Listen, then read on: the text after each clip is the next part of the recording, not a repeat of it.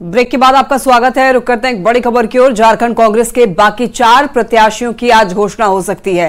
रांची, चतरा, गोड्डा और धनबाद से उम्मीदवार का ऐलान आज किया जा सकता है। सीईसी के फैसले पर अडिग रह सकती है पार्टी और कुछ सीटों पर फिर से चर्चा के दबाव में है पार्टी। तो आज शाम तक नाम का आधिकारिक ऐलान संभव है। सभी 4 सीटों के लिए नाम पर मंथन हो चुका है और आपको बताते चलें कि कुछ और सीटों पर चर्चा का दबाव बनाया जा रहा है, तो हो सकता है कि उन पर भी बातचीत की जा सकती है।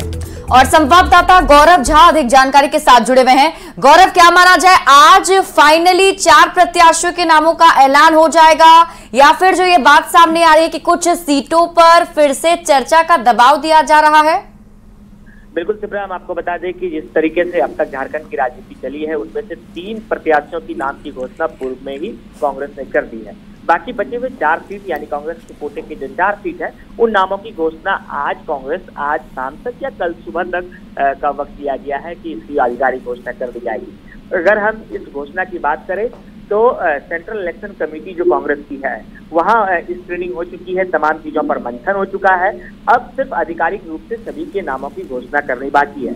लेकिन कुछ सूत्र ये भी बताते हैं कि 2 सीटों पर कांग्रेस दबाव में भी है कि फिर से उस पर चर्चा की जाए। अगर उन 2 सीटों पर कांग्रेस फिर से चर्चा करती है तो पुरानी जो स्क्रीनिंग कमेटी ने निर्णय लिया है, यानी जिस प्रत्याशियों के नाम के ऐलान की का लिस्ट उन्होंने तैयार रखा है, उसमें बदलाव किया जा सकता है। अगर उन दोनों पर मंथन नहीं होता है तो पूर्व में जो कांग्रेस ने अपना निर्णय लिया है, यानी जो भी उम्मीदवारों का नाम उन्होंने तैयार किया है उसी उम्मीदवारों की नाम की सिर्फ आधिकारिक घोषणा आज शाम तक कांग्रेस कर सकती है। चलिए, बहुत बहुत शुक्रिया तमाम जानकारी के लिए गौरव। बढ़ते आगे और दुमका के रण में जीत हासिल करने के लिए बीजेपी प्रत्याशी सीता सोरेन ने एड़ी चोटी का दम लगा दिया है। मां से आशीर्वाद लेकर वो रोजाना गांव-गांव के दौरे पर निकल पड़ती हैं। सीता सोरेन ने दुमका से जोरदार जीत का दावा किया है।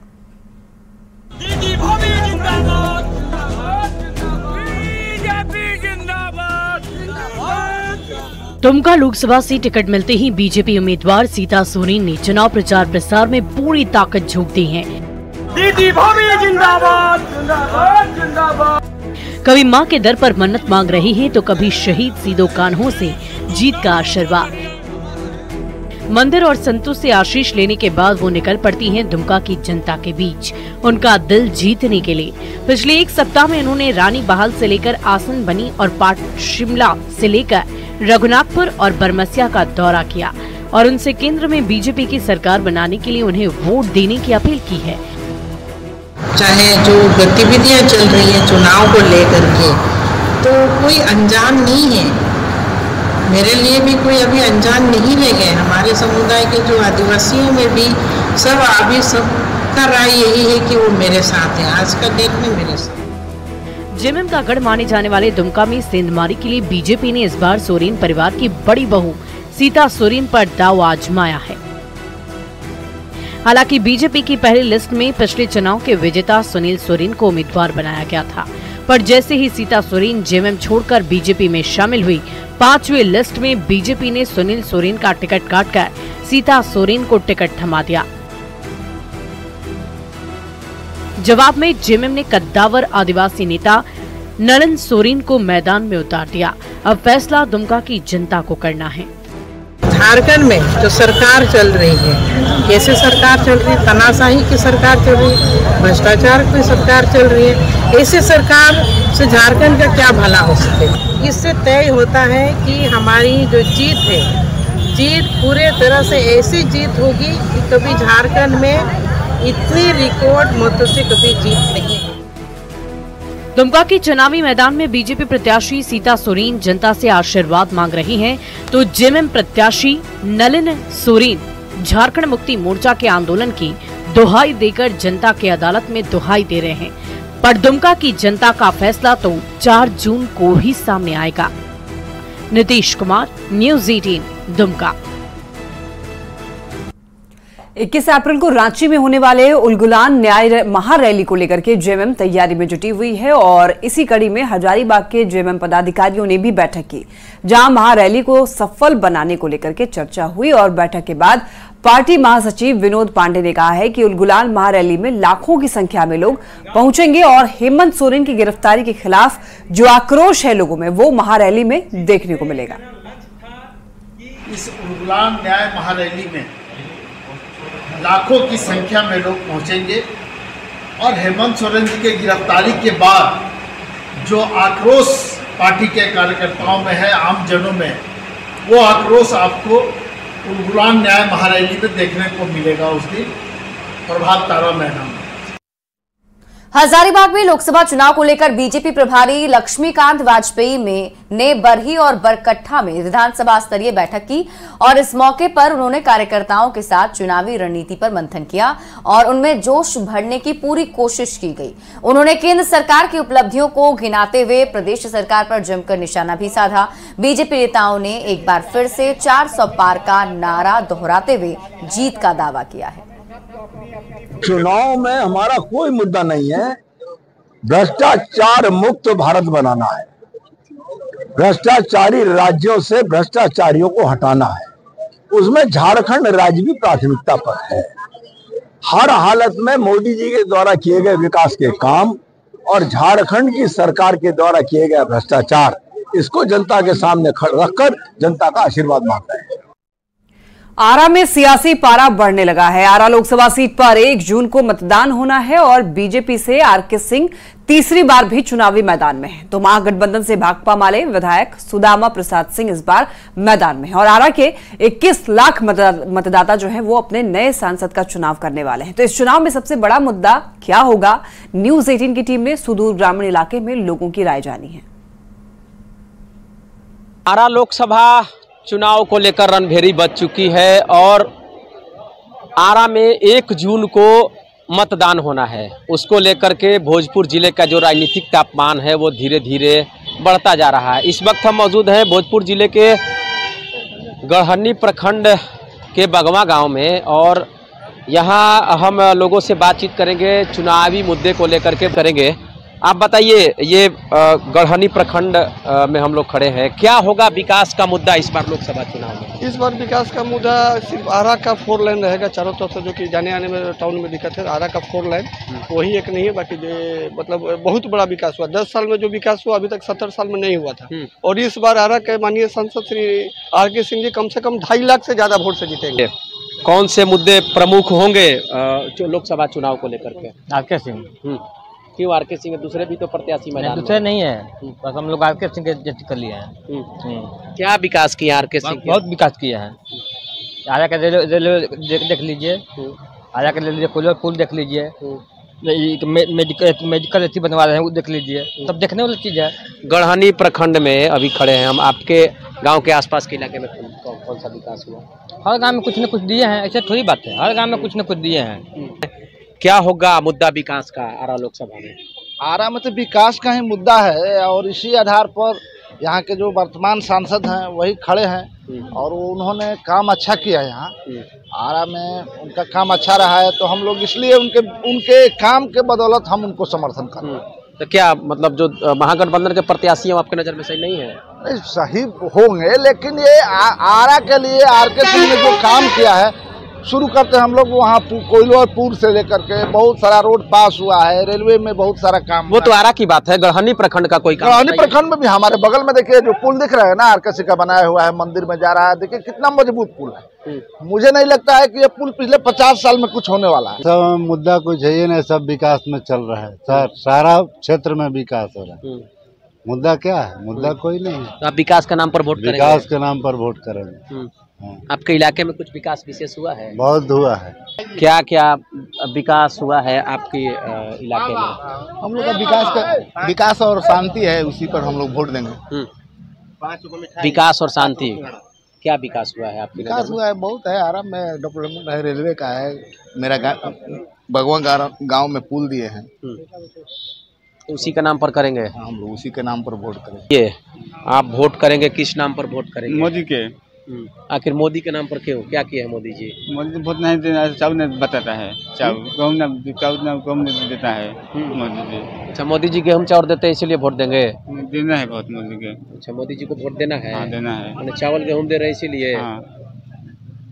अच्छा, तो देखिए जो लोग हैं वो उनका कहना है कि वो लोग मोदी जी को वोट इसलिए करेंगे क्योंकि मोदी जी चावल और गेहूं दे रहे हैं। वहीं लोगों के कई मुद्दे हैं जो कि इस बार चुनाव में महत्वपूर्ण मुद्दे साबित होंगे। चंदन कुमार, न्यूज़ 18 भोजपुर। और एक बड़ी खबर है मुजफ्फरपुर से, जहां पर एक बार फिर बेखौफ अपराधियों ने तांडव मचाया है। अपराधियों ने एक सेल्समैन पर अंधाधुंध फायरिंग की है और उससे 15 लाख रुपए और उसकी बाइक लूट ली गई है। घायल सेल्समैन को 4 गोली लगी है और गंभीर हालत में SKMCH में भर्ती कराया गया है। ये घटना सकरा इलाके में देर रात उस वक्त हुई है जब एक खाद्य व्यवसायी का सेल्समैन राजेश ठाकुर फील्ड से कलेक्शन करके लौट रहा था। तभी सकरा में 2 बाइक पर सवार 4 अपराधियों ने उसे घेरा, ताबड़तोड़ फायरिंग शुरू कर दी, जिसमें उसे 4 गोली भी लगी है। हालांकि फिलहाल उसकी हालत खतरे से बाहर बताई जा रही है। घायल सेल्समैन राजेश ठाकुर समस्तीपुर का रहने वाला है। पुलिस ने पूरे मामले की जांच शुरू कर दी है। गाड़ी छीनना या लूटपाट की घटना है। अच्छा, मतलब कितना लोग था? वो लोग 2 मोटरसाइकिल से 4 आदमी था। अच्छा, कहाँ से आ रहे थे? हम सकरा की तरफ से पूसा के लिए जा रहे थे। अच्छा, क्या चीज़ का काम करते थे? हम सेल्समैन का काम करते हैं, नौकरी करते हैं। लूटपाट? जी जी। क्या क्या लूट? गाड़ी लूट लिया, गाड़ी में पैसा था कलेक्शन का, वो लूट लिया। कितना? 15 लाख प्लस था। 15 लाख प्लस? जी।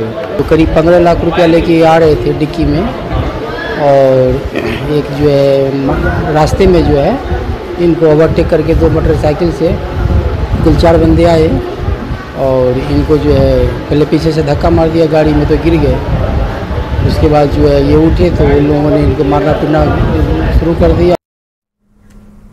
अगली खबर आपको गोपालगंज से बता दें, जहां चोरों ने दिन दहाड़े एक प्रोफेसर के घर को निशाना बनाया है। घर का ताला तोड़कर करीब 20 लाख के जेवर और 1 लाख रुपए की चोरी कर ली है। घटना हथुआ थाना क्षेत्र के मांझा हाउस की है। पीड़ित प्रोफेसर नागेंद्र कुमार पांडे ने थाने में अज्ञात चोरों के खिलाफ प्राथमिकी दर्ज करा दी है। प्रोफेसर नागेंद्र कुमार पांडे और उनकी पत्नी प्रोफेसर राजू पांडे दोनों संस्कृत महाविद्यालय में शिक्षक हैं।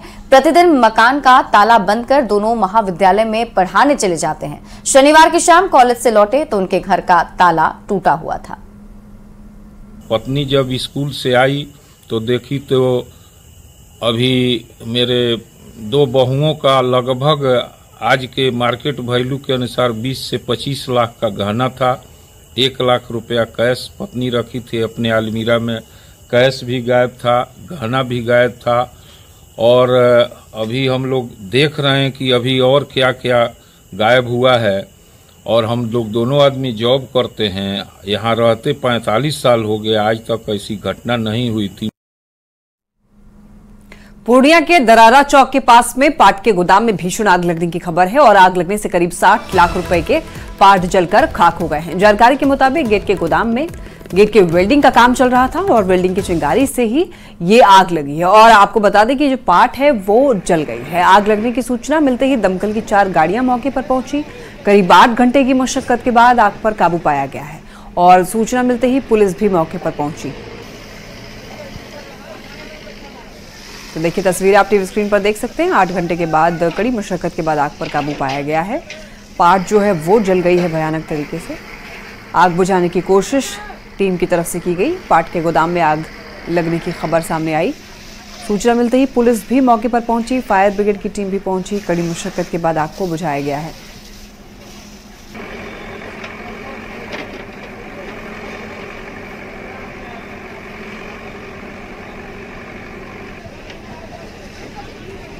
बिहार में राज्यपाल और शिक्षा विभाग के अपर मुख्य सचिव के पाठक के बीच तकरार का मामला तूल पकड़ता जा रहा है।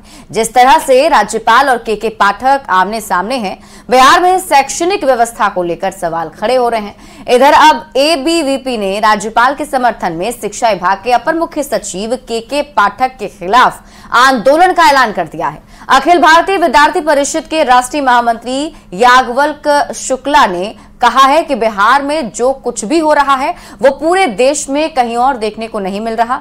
उन्होंने इसके लिए बिहार की मौजूदा सरकार को जिम्मेदार बताया। बिहार में राजभवन और शिक्षा विभाग के एसएस के बीच तकरार फिर से बढ़ गया है और इसको लेकर बिहार में अब राजनीतिक माहौल भी उभरने लगा है। अखिल भारतीय विद्यार्थी परिषद के महामंत्री याज्ञवल्क्य शुक्ला इस वक्त हमारे साथ मौजूद हैं। वो इस पूरे मामले को किस तरीके से देख रहे हैं, हम उनसे बातचीत कर लेते हैं। निश्चित तौर पर बिहार के लिए सुखद प्रकरण नहीं है, क्या लगता है आपको? देखिए, निश्चित तौर पर आपने जो बात कही कि बिहार के लिए सुखद प्रकरण नहीं है, हम पिछले कई दिनों से कह रहे हैं कि बिहार के शिक्षा के लिए और बिहार के सेहत के लिए जिस प्रकार की चीज़ें दिखाई दे रही है वह सुखद नहीं है। और कहीं ना कहीं आज बिहार के सामने एक बहुत बड़ा संकट खड़ा दिखाई देता है। सत्ता पक्ष बिल्कुल मौन है और दुर्भाग्य है कि सत्ता संचालित करते हुए बिहार के ब्यूरोक्रेट से दिखाई दे रहे हैं और गतिरोध नहीं है। ये समझना पड़ेगा कि यूनिवर्सिटी के विश्वविद्यालय की स्वायत्ता में धीरे धीरे जिस प्रकार से सरकार का हस्तक्षेप हो रहा है, यह बिहार के शिक्षा के लिए ठीक नहीं है। इसमें किसकी भूमिका होनी चाहिए थी कि इस पूरे मामले के सॉल्यूशन के लिए, समाधान के लिए? देखिए, समाधान की भूमिका जो के पाठक जी जो कर रहे हैं वो शिक्षा के लिए ठीक नहीं है। आप बताइए कि फंडामेंटल राइट है, मौलिक अधिकार है कि व्यक्ति यदि काम कर रहा है तो उसको वेतन मिलना चाहिए। इस प्रदेश के अंदर में 90 साल के वृद्ध लोग पिछले 90 दिन से उनको पेंशन नहीं मिला है। ऐसी एनआरकी सिचुएशन कभी नहीं हो रहा है बिहार के अंदर में। और आज मुझे लगता है कि के पाठक के कारण से और जिस प्रकार से मुख्यमंत्री जी और राज्य के वित्त मंत्री जी मौन हैं और यूनिवर्सिटी के अकाउंट फ्रीज किए गए हैं, मुझे लगता है कि सवाल तो सत्ता पक्ष के ही ऊपर है, सवाल सरकार से है। और इसलिए विद्यार्थी परिषद ने कहा है कि यदि 3 दिन के अंदर में विश्वविद्यालय के अकाउंट जो फ्रीज किए हैं, जो पीएल अकाउंट को रोक लगाया गया है, यदि उसको रीओपन नहीं किया जाता है तो हम मजबूरन अब सरकार के खिलाफ, हम मजबूरन के पाठक के खिलाफ आंदोलन करेंगे। तो निश्चित तौर पर याज्ञवल्क्य शुक्ला जी हैं और इन्होंने कहा कि अगर सरकार समाधान नहीं खोजती है, सॉल्यूशन नहीं निकलता है तो आंदोलन होकर रहेगा। और इन्होंने साफ तौर पे कह दिया है कि सीएम हो या फिर एजुकेशन मिनिस्टर हो या फिर के पाठक एसीएस हो, इनके आवास पर चाहे इनको लेकर जहाँ भी ये पहुँचेंगे प्रदर्शन करेंगे। आपको समझाने की ज़रूरत नहीं, बताने की ज़रूरत नहीं कि अखिल भारतीय विद्यार्थी परिषद की इस वक्त कैसी भूमिका रही है बिहार में। निश्चित तौर पर बिहार की एक पार्टी जो है वह अखिल भारतीय विद्यार्थी परिषद से जुड़ी हुई है। तमाम जो नेतागण हैं उनका कहीं ना कहीं अखिल भारतीय विद्यार्थी परिषद से जुड़ाव रहा है। और वैसे में अखिल भारतीय विद्यार्थी परिषद की यह घोषणा निश्चित तौर पर सरकार के लिए परेशानी का सबब बन सकती है। कैमरा पर्सन आशीष के साथ संजय कुमार, न्यूज़ 18।